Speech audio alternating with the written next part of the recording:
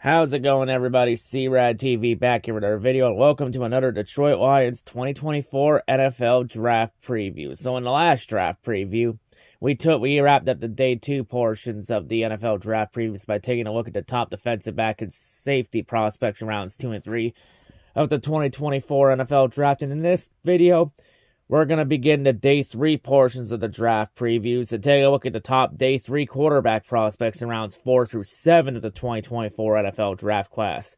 As day 3 is really when the draft really begins, because this is where you build your rosters, where you get the depth for your rosters. So we're going to take a look at some players here and see which QB prospects might be interesting to take a gamble on to build the depth in the roster for the Lions. So anyway, let's go. So the first QB we're going to go over here, hailing out of Tulane, standing 6'3", weighing 219 pounds. We got Michael Pratt.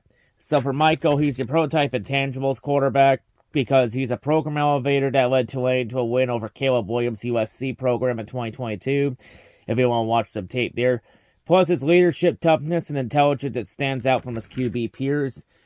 In terms of his strengths, has an easy throwing stroke, good quickness to it.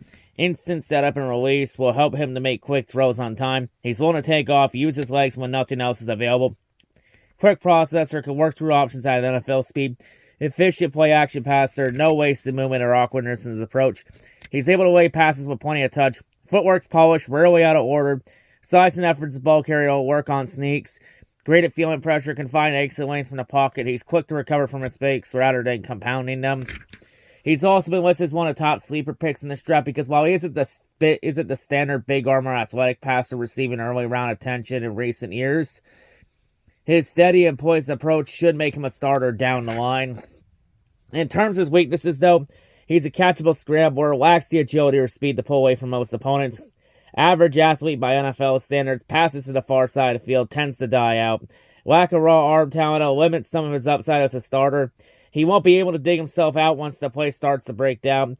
Wobbly deep ball tends to give safeties a lot of opportunities to make plays against him downfield. In terms of his NFL comparison, he's been compared to Kirk Cousins of the Atlanta Falcons. Overall, a lot of things to like out of his game, does a lot of things right, has a lot of great leadership. I think this is someone to keep an eye on for sure.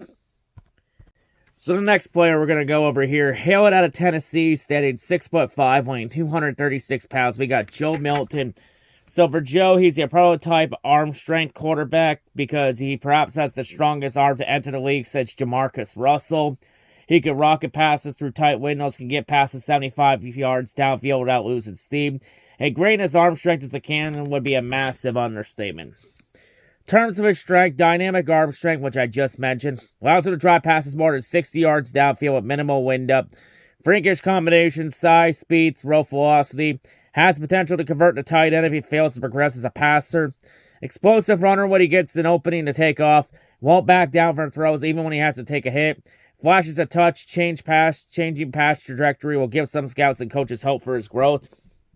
In terms of his weaknesses, though, slow decision maker, has to deliberate a while before his release. Doesn't always play up to his stature as a runner. Stares down targets, gives defenders an easy look at his intentions. Turns everything into a fastball regardless of the situation. The status quo in the pocket won't adjust on time once pressure starts to break through. Ball placement, overall offensive control will need years to be honed. Limited starting experience hasn't helped his progression either. Alligator release that costs some time on his passes. In terms of his NFL comparison, he's been compared to Logan Thomas of the Washington Commanders. Overall, a lot of things to like out of his game, especially his arm strength. A lot of things don't need to be cleaned up. But hey, if there's a chance, if there's any time that he can move to tight end, I wouldn't doubt it. I wouldn't rule it out one bit. Maybe it's someone to keep an eye on to move to tight end.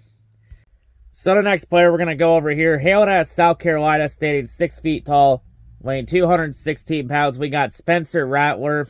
So for Spencer's strength, release is compact and immediate, has no wasted motion to set up. Incredibly comfortable when he's forced to roll out and throw on the run. Keeps his eyes downfield when he breaks the pocket. Controlled under pressure. Has improved tremendously since his early years at Oklahoma. Adjusted his arm slot without losing control over ball placement in his opener against North Carolina for some tape there. Impressive arm talent allows him to drive passes through closing windows. Can deliver with arc-on touch throws. Easily reaches the far side of the field with his throws. Footwork has taken massive strides this season. In terms of weaknesses, though, lacks the burst or agility to create yardage as a runner. Easily catchable scrambler. Will need speed to pick up his process when he leaves the pocket. Loses berries, gets blindsided when the pocket breaks down. Field pressure is still a major work in progress. Often late to work through his progressions. Process and speed anticipation hurt him early in his career. Ball placement is in the yard rather than on the doorstep. He's doomed once defenders get a hand on him. In terms of NFL comparison, he's been compared to Jordan Love of the Green Bay Packers. Overall, there are quite a few things to like out of his game for sure. You know, a couple things, though, that could be improved on. But hey, maybe someone to develop on the bench down the line. So the next player we're going to go over here, hailing out of Washington, standing 6'2", weighing 221 pounds. We got Michael Penix Jr. So for Michael's strengths, deep ball touch, has incredible flashes, natural thrower, plenty of velocity to attack vertically. His ability to drive through throws, through the elements, it'll translate easily late in the season, especially when you get in cold weather situations. Able to fit passes through tight windows over the middle of the field. Smart decision maker, won't take unnecessary risk or force throws without leverage. Reliable anticipatory thrower, doesn't need to see openings to let loose. In terms of his weaknesses, though, his footwork's chaotic and choppy. Long and awkward setup, slows his release, hurts his accuracy. Struggles to adjust his arm slot around traffic at the line of scrimmage. Constantly misaligned feet, upper body can lead to badly whiffing outside throws. His production was driven heavily by the high quality of his receivers. Limited creativity, lack of athleticism, it can make him easy to bring down if the pocket collapses. His windup will be something coaches have to live with. They want him. History of injuries, it could lead to a massive drop during the draft. He's also been listed as a player that could disappoint in this draft class because his touch throws downfield are immaculate. And his college football semifinal showing against Texas can't be overlooked. And neither can his combination of medical concerns and his elite supporting casts blocking and catching in Washington, along with his showing in the college football championship game against Michigan. Didn't look that impressive either. In terms of his NFL comparison, he's been compared to free agent quarterback Nick Foles. Overall, there are a lot of things to like out of his game, but as we saw in the college football playoffs, when the lights were the brightest and when it mattered the most, he just didn't really look that promising. You know, I think there are better QBs in this draft class to go with, plus his injury history, injury prone. I think we could do better than this. I'm going to say pass. So the next player we're going to go over here, hailing out of West Kentucky, standing 6'1", weighing 222 pounds. We got Austin Reed. So for Austin's strengths, he proved comfortably changing arm angles against Liberty for some tape if you want to watch there. His touch and control on deep balls is one of his best assets. He's able to throw on the run without losing velocity or aim. He has shown an ability to alter trajectory and speed up passes without losing placement. He makes subtle adjustments in the pocket and can get out of harm's way. He's also been listed as one of the small school studs of this draft class because he was the successor to Bailey Zappi at Kentucky, and Reed's arm talent and ability to adjust angles signify he's an exciting later-round option. In terms of his weaknesses, though, his college offense was predicated on screens and short game work. Arm strength, release, quickness, it looks slower this year than last year. His subpar athleticism keeps him from getting away from defensive ends in the backfield. Slow twitch passer with a long setup. Feel for pressures taking a step back. Struggles with anticipation will put passes in danger with rate of rivals. Projection to a new offense will worry some scouts. He wants to see openings before he starts his release process. He puts the ball at risk in both years at West Kentucky. In terms of his NFL comparison, he's been compared to retired quarterback Brandon Doughty. Overall, there are a lot of things to like out of his game. Very comfortable in certain situations, you know. Could be a situational QB. You know, I think it's definitely someone that can learn behind Goff and Hooker. I think I'd take a gamble with him to develop a couple years down the line. So the next player we're going to go over here, hailing out of Florida State, standing 6'1", weighing 202 pounds, we got Jordan Travis. So for Jordan's strengths, he's able to easily break out of pocket, can escape containment. Agile, explosive athlete, can create for himself as a scrambler. Smart decision maker, avoids risky throws, can keep the ball out of danger. Mechanically tight, quick setup and release. Tough runner for his size, will put his body on the line to make plays. Navigates out of danger easily within the pocket. Internal clock, feel for pressure, keeps him from getting blindsided. In terms of his weaknesses, though, anticipatory throws are a work in progress. Always wants to see the openings rather than trusting receivers and letting the ball go. Hesitations can lead to throwing lanes closing before he can get the ball out. His ability as a runner took a dive from 2022 to 2023. He was bailed out regularly by star receivers Keon Coleman and Johnny Wilson when he took deep shots. Area code thrower, lacks the precision to lead his targets, maximize openings, loses accuracy, starts to force things when he begins to feel pressure. In terms of his NFL comparisons, he's been compared to free agent quarterback Ian Book.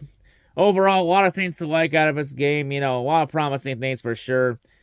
I think someone to keep an eye on here for sure.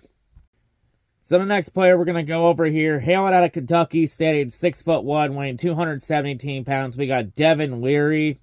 So for Devin's strengths, he's able to change angles, loft passes when working over linebackers, efficient with handling pressure, finds checkdowns against Florida for some tape there. Has a snappy release, efficient arm action, footwork's pro-ready thanks to his precision and discipline in his lower body. Tries to give his receivers plenty of lead when he works over the middle of the field. Keeps his composure when he delivers through hits and won't force unnecessary passes. And his touch ball looked great against Louisville, again, for some more tape there. In terms of his weaknesses, struggled to acclimate after transferring as a graduate from North Carolina State to Kentucky. His ball placement was scattered and led to sailing passes constantly in 2023. May still be dealing with lingering issues from the injury that ended his 2022 season. Below average arm strength, limit the ways he attacked defenses this year. Physical tools are subpar for an NFL QB. He's unable to find success when he's forced outside of offensive structure. Easy to bring down once he takes any contact in the pocket. In terms of his NFL comparison, he's been compared to now retired quarterback Connor Cook. Overall, there are quite a few positives to take out of his game. Does a lot of things right. I think definitely someone to keep an eye on as a third-string QB option. So the next QB we're going to go over here, hailing out of Notre Dame, standing 6'1", weighing 210 pounds. We got Sam Hartman. So for Sam's strengths, he brings the low-push touch to layer throws over linebackers. Footwork release tightened up tremendously during his time at Notre Dame. Smart decision maker, protects the ball, and understands how to leverage attacks. Comfortable throwing off platform, flashes some creativity when he puts under duress. In terms of his weaknesses, though, he's extremely limited arm talent. It shows when he has to fit passes in the tight windows or take shots downfield. Slow scrambler will need a clear runway to get anything on the ground. Ceiling's extremely limited. He'll likely never be more than a game-managing backup as a pro. Easy to bring down inside the pocket. Late to feel pressure, can speed up his internal clock. Ball placement will go off the rails once or twice each drive when his mechanics break down. He puts himself in danger by being slow to adjust to changing pockets. In terms of his NFL comparison, he's been compared to Gardner Minshew and the Indianapolis Colts.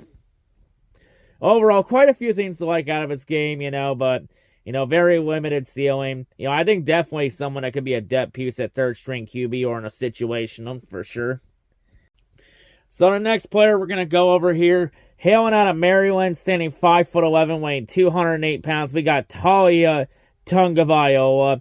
And for anyone wondering, yes, he is indeed Tua Tagovailoa's younger brother. Or as I like to call Tua, Tua turns the ball over.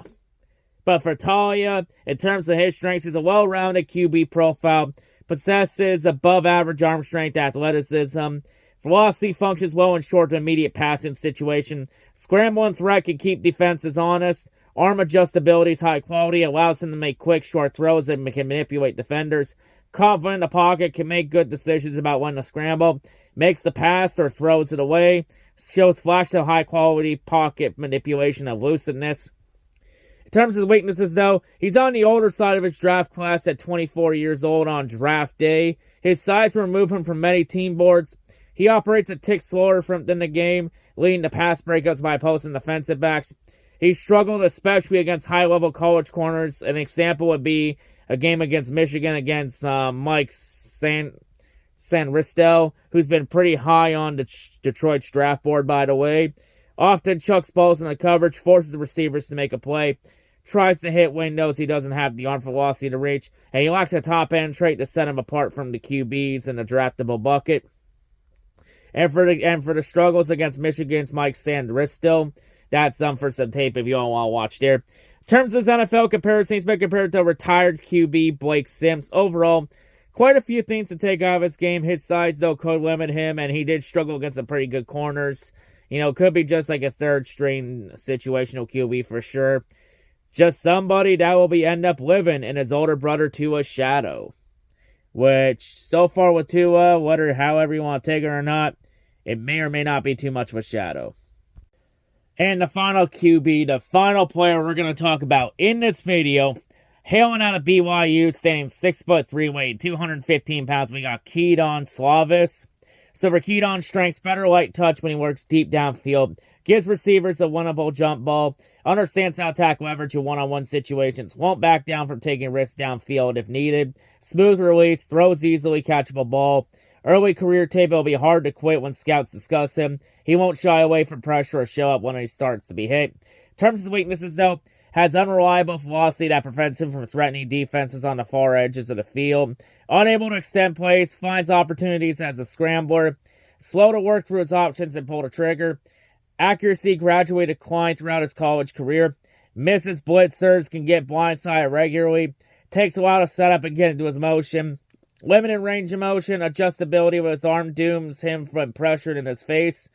Coast with his footwork will throw himself out of rhythm. In terms of his NFL comparison, he's been compared to free agent quarterback Clayton Thorson. Overall, though, quite a few things to like out of his game. Pretty smooth, won't back down. He'll take chances, and he won't be afraid to take risks. You know, maybe someone to keep an eye on here for sure. But yeah, anyway, that's going to wrap it up here for this draft preview. So yeah, there's quite a few interesting QB prospects to keep an eye on in day 3 of the draft. I mean, let's be honest, for the QBs, taking a QB first overall doesn't fucking guarantee anything. It just guarantees higher expectations. I mean, just look at some of the famous QBs in the league, like Tom Brady was a 6th-round pick in his draft year. Brock Purdy was literally the last pick of the draft, the Mr. Irrelevant pick. Like, honestly, Brock Purdy and Tom Brady, they're 2 examples of how the NFL draft is a total fucking crapshoot. And that you can find talent literally anywhere in the draft if you have the right guys in the front office calling the shots. And I'll tell you right now, the Lions definitely got the right guys calling the shots with Brad Holmes, with how he's been cooking in these drafts the last couple years. But it's going to be very hard to try and find the next Brock Purdy in day 3. Because the chance to find another guy like Brock Purdy in day 3 are pretty slim to none. But definitely some interesting QB prospects to keep an eye on. Even though QB isn't the Lions' biggest need in the world, especially with Goff being expected to get an extension, probably either before the draft or around training camp. As it seems, the Lions are committed to Jared Goff in the long run, in which, to be honest, in terms of a Goff extension, Goff's earned it. I mean, he did everything. He pretty much met all expectations this year. You know, win a division, win a playoff game. He's done all that. I'm willing to give Goff an extension. But yeah, it never hurts to have an extra QB in there in case some shit happens to Goff or something like that. But anyway, that'll wrap it up for this draft preview. And the next day 3 draft preview we do will be on running back prospects in rounds 4 through 7. But anyway, that'll wrap it up here. That's all I gotta say. Hope everyone's a great day, and I'll see y'all whatever I make next. I'm out.